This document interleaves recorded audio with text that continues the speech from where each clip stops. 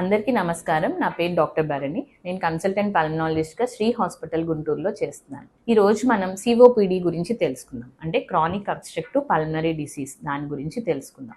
COPD అన్నది ప్రపంచం మొత్తంలో చనిపోయే వాళ్ళ కారణాల్లో చూస్తే మూడవ కారణంగా మనకి ఈ సిఓపిడి అన్నది ఇప్పుడు ఉంది. సో ఇది third most commonest cause of death.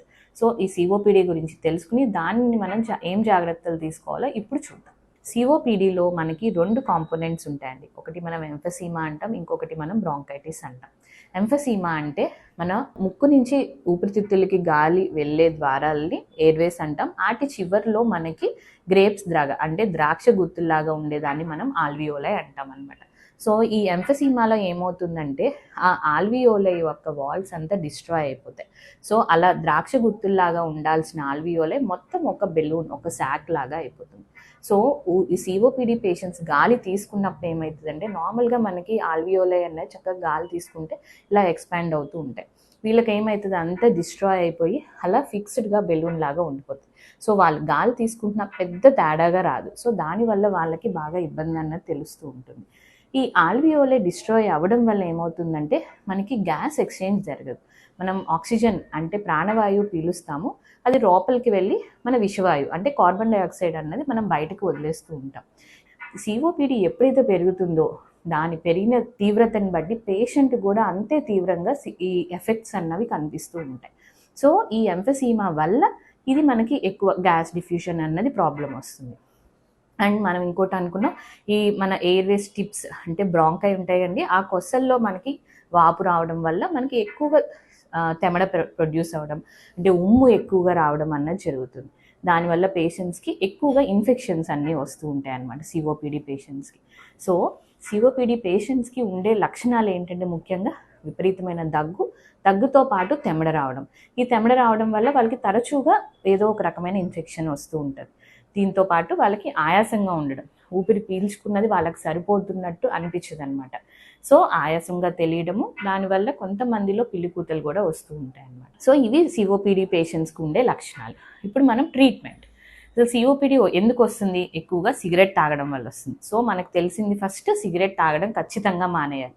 Already సిఓపిడిలో వచ్చిన చేంజెస్ దానివల్ల ఊపిరితిత్తులు ఎంత చెడిపోయాయో వాటిని మనం ఎట్టి పరిస్థితుల్లోనే ఏం చేసినా వెనక్కి తీసుకురాలేం. ఆల్రెడీ వచ్చింది పర్మనెంట్ డ్యామేజ్. సో ఉన్నదాన్ని కాపాడుకోవాలి అంటే సిగరెట్ స్మోకింగ్ ఖచ్చితంగా ఆపేయాలి. దీంతోపాటు కొంతమందికి స్మోకింగ్ వల్ల కాకపోయినా ఇప్పుడు ఆడవాళ్ళకైతే పుల్లల పొయ్యిలు రావడము, సో దానికి దూరంగా ఉండాలి. కొంతమంది ఆక్యుపేషన్స్, కొన్ని వాళ్ళ జాబ్స్ రీత్యా కెమికల్స్ ఉండే ఫ్యాక్టరీస్లోనూ ఎక్కువ పొల్యూషన్లో తిరగడం వల్ల కూడా కొంచెం మందికి వస్తుంది. దాని నుంచి దూరంగా ఉండాలి. దానికి దూరంగా ఉండటంతో పాటు ఇన్హేలర్స్ అన్నది మెయిన్ ట్రీట్మెంట్. సో ఇచ్చే ఇన్హేలర్స్లో మెయిన్గా మనం ఇచ్చేది బ్రాంకోడైలేటర్స్ అండ్ మనం యాంటీకోలినర్జిక్స్ కూడా ఇస్తూ ఉంటాం. ఈ యాంటీకోలినర్జిక్స్ వల్ల తెమడ తగ్గిస్తూ ఉంటుంది. బ్రాంకోడైలేటర్స్ వల్ల చక్కగా గాలి లోపలికి వెళ్ళి వాళ్ళకి ఉన్నదానికి కొంచెం బెటర్గా వాళ్ళకి ఊపిరి తీసుకోవడం అన్నది జరుగుతూ ఉంటుంది అనమాట. ఇదంతా ఇన్హేలర్స్ ఎంత ముఖ్యమో ఇంకా ముఖ్యమైనది ఏంటంటే ఈ సిఓపిడి పేషెంట్స్ తరచూ ఇన్ఫెక్షన్స్ వస్తాయి కాబట్టి వాళ్ళు వ్యాక్సినేషన్ అన్నది రెగ్యులర్గా తీసుకోవాలి. దాంతోపాటు బలమైన ఆహారం, న్యూట్రిషియస్ అంటే ప్రోటీన్ రిచ్ ఫుడ్ కూడా తీసుకుంటూ ఉండాలి.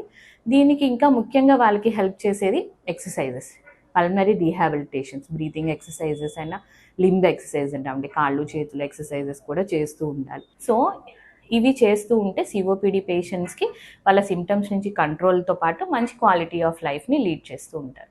మనకి సిఓపిడి ట్రీట్మెంట్లో ఇన్హేలర్స్తో పాటు ఎవరికైతే ఈ కార్బన్ డైఆక్సైడ్ అంటే విషవాయువు ఎక్కువైపోతుందో వాళ్ళకి మనం ఇవ్వాల్సిన ముఖ్యమైన ట్రీట్మెంట్ ఏంటి బైపాప్ అంటాం. అది ఏంటంటే మెషిన్ మాస్క్ లాగా మనం పెట్టుకుంటూ ఉంటాం.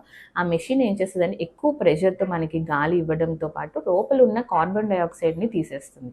సో కార్బన్ డైఆక్సైడ్ ఎప్పుడైతే తగ్గుతుందో పేషెంట్ అన్నవాడు ప్రమాదం నుంచి చాలా వరకు బయటపడతారు. సిఓపిడి వల్ల వచ్చే కాంప్లికేషన్స్ ఏంటి అంటే ముఖ్యంగా సిఓపిడి వల్ల మనం ఆల్రెడీ తెలుసుకున్నాం, రకరకాల ఇన్ఫెక్షన్స్ వస్తాయి, తరచూ ఇన్ఫెక్షన్స్ వస్తాయి. దాని నుంచి మనం దూరంగా ఉండొచ్చు కరెక్ట్ మెడిసిన్ తీసుకుంటే. ఇంకా సిఓపిడి సిగరెట్ తాగడం వల్ల క్యాన్సర్ అన్నది వీళ్ళు ఎక్కువ రిస్క్లో ఉంటారనమాట. క్యాన్సర్ వచ్చే అవకాశం సిఓపిడి పేషెంట్స్కి ఎక్కువగా ఉంటుంది. దాంతోపాటు రెస్పిరేటరీ ఫెయిల్యూర్, మనం అనుకున్నాం కదా, ఆక్సిజన్ అన్నది తగ్గడంతో పాటు కార్బన్ డైఆక్సైడ్ విషవాయువు అన్నది శరీరంలో పెరిగిపోవడం వల్ల రెస్పిరేటరీ ఫెయిల్యూర్ వస్తూ ఉంటుంది. దాంతోపాటు మజిల్ వేస్టింగ్. మీరు చూసినట్టయితే సిఓపిడి పేషెంట్స్ ఎక్కువ మంది చాలా వరకు సన్నగా ఉంటూ ఉంటారు. మజిల్ వేస్టింగ్ రావడము, మజిల్ వీక్నెస్ రావడము జరుగుతూ ఉంటుంది. Thank you.